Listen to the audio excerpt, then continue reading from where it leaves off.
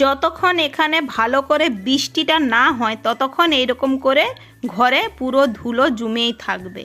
তো হ্যালো বন্ধুরা, আমি জয়ত্রী পাঞ্জাব মহালি থেকে।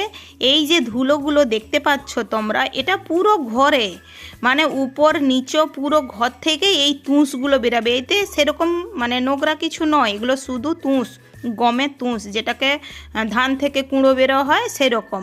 কারণ এখানে আশেপাশে কোনো মাঠ নাই, সব মাঠ আছে 1 থেকে 1.5 কিলোমিটার দূরে। তবু এত বাতাস দেয় মাঝে মাঝে, সেই বাতাসে গমের যে কুঁড়ো মানে তুষগুলো উড়ে চলে আসে। আমি জানি নি কে কি বলে গমের ওই কুঁড়োকে, কিন্তু আমাদের ওখানে যেটা বলে ধান থেকে কুঁড়ো বের হয় সেই কুঁড়ো। কারণ এখানে মাঠে মেশিন নাম করে দেয় সোজা, আর গম যে কাটা হয় সেই গমের যত নোংরা ঘরে উড়ে আসে, আর এই নোংরাগুলো গা খুবই কুটকুট করে। আর বছরে একটা বারই এই রকম করে অবস্থা হয়, যে বছরে এই পুরো বৈশাখ মাস কেন বা জ্যৈষ্ঠী মাসের হাফ পর্যন্ত এই ঘরে এই রকমই অবস্থা হবে। তুমি যতই ঝাড়ু পোছা করো না কেন, দেখে মনে হবে যেন 1 সপ্তাহ তুমি ঝাড়ু পোছা করনি।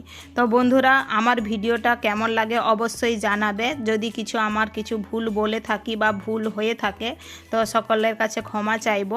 পর এই যে আমি মোছামুছি করছি, এ শুধু আধ ঘন্টার ব্যাপার, আবার আধ ঘন্টার পরেই দেখতে পাবে সেই যেমনকে তেমনই হয়ে যাওয়া। এই মোছার কোনো দাম নাই, কিন্তু তবু তো ঘর মোছামুছি করতে হবে, যতই নোংরা হোক মুছতে তো হবে।